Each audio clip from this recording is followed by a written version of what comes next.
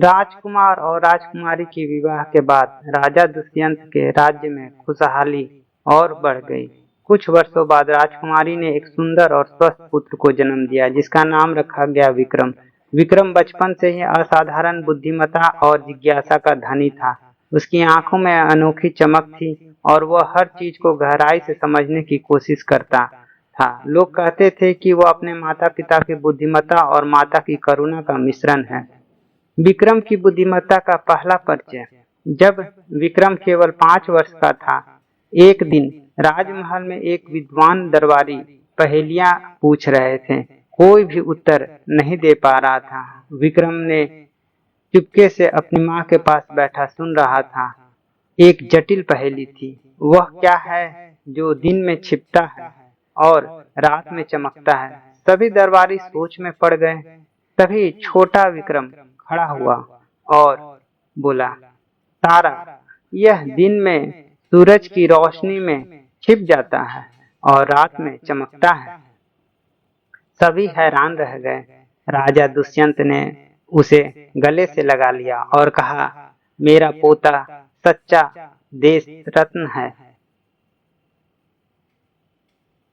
जंगल का रहस्यमय संकट। जब विक्रम 12 वर्ष का हुआ, राज्य के पास के जंगल में एक अजीब समस्या शुरू हो गई। जंगल से लोग गायब होने लगे और जो लौटे वे डरावनी कहानियां सुनाते कि एक विशाल छाया उन्हें डराती है। प्रजा भयभीत थी और व्यापारी जंगल के रास्ते से आने जाने से डरने लगे। राजा दुष्यंत ने अपने सैनिकों को भेजा, लेकिन वे कोई सुराग न ला सके। विक्रम ने अपने पिता राजकुमार से कहा, पिताजी, मुझे जंगल में जाकर देखने की अनुमति दीजिए। मुझे लगता है यह कोई जादुई प्राणी नहीं है, बल्कि कुछ और ही है। राजकुमारी ने मना किया, लेकिन राजकुमार ने विक्रम की बुद्धिमत्ता पर भरोसा किया और कहा, ठीक है, लेकिन तुम अकेले नहीं जाओगे। मैं और कुछ सैनिक तुम्हारे साथ चलेंगे। विक्रम का जंगल अभियान। विक्रम अपने पिता और कुछ सैनिकों के साथ जंगल में गया। उसने देखा कि जंगल में कई पेड़ कटे हुए थे और एक गुफा के पास अजीब निशान थे। विक्रम ने सैनिकों से कहा, ये निशान किसी जानवर के नहीं, बल्कि मनुष्य के जूते के हैं। कोई यहाँ डर पैदा करने की कोशिश कर रहा है। उसने गुफा की तलाशी ली और वहाँ कुछ लोगों को छिपा पाया, जो डाकू का एक गिरोह था। वे रात में छायादार कपड़े पहनकर लोगों को डराते और उनका सामान लूटते थे। विक्रम ने चतुराई से डाकुओं को पकड़ने का प्लान बनाया।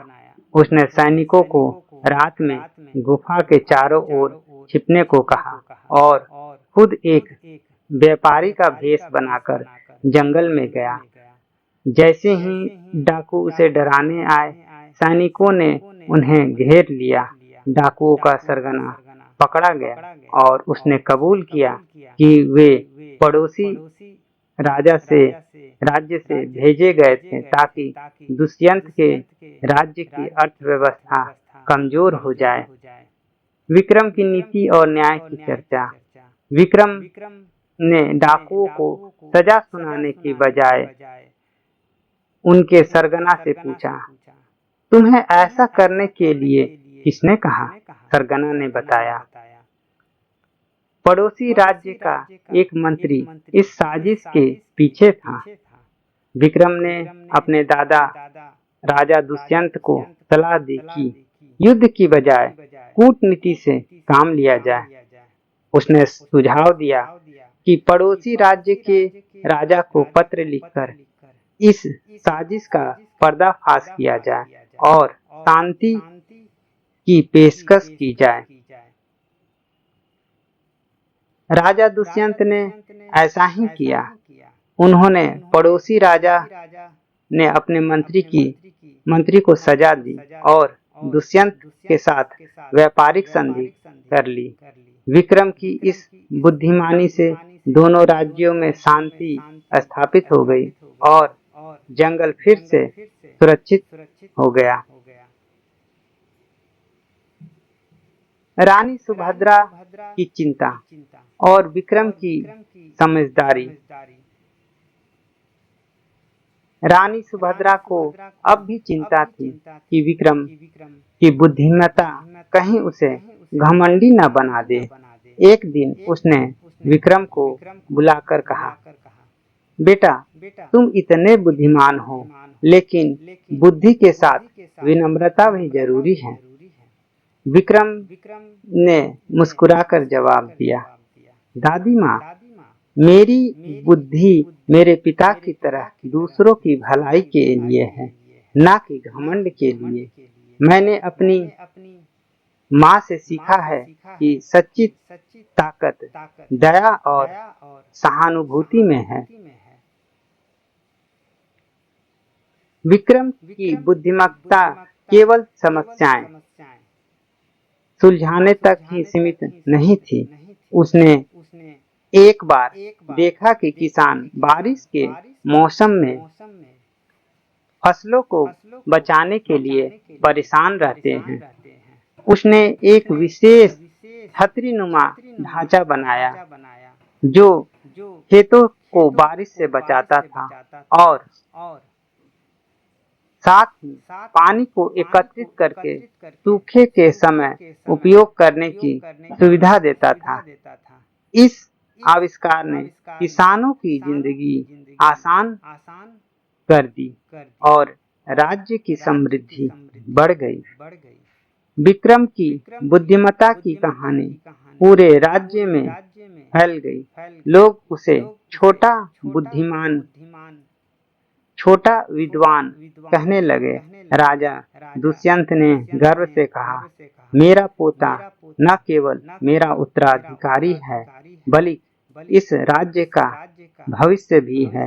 राजकुमार और राजकुमारी को अपने पुत्र पर गर्व था और रानी सुभद्रा भी अब पूरी तरह संतुष्ट थी। विक्रम ने अपने पिता के बंदर रूप की कहानी को प्रेरणा बनाया और हमेशा यह माना कि बुद्धि और करुणा से कोई भी चुनौती जीती जा सकती है। उसकी बुद्धिमत्ता ने न केवल उसके राज्य को बल्कि पड़ोसी राज्यों को भी समृद्ध और शांतिपूर्ण बनाया। Like and subscribe my channel.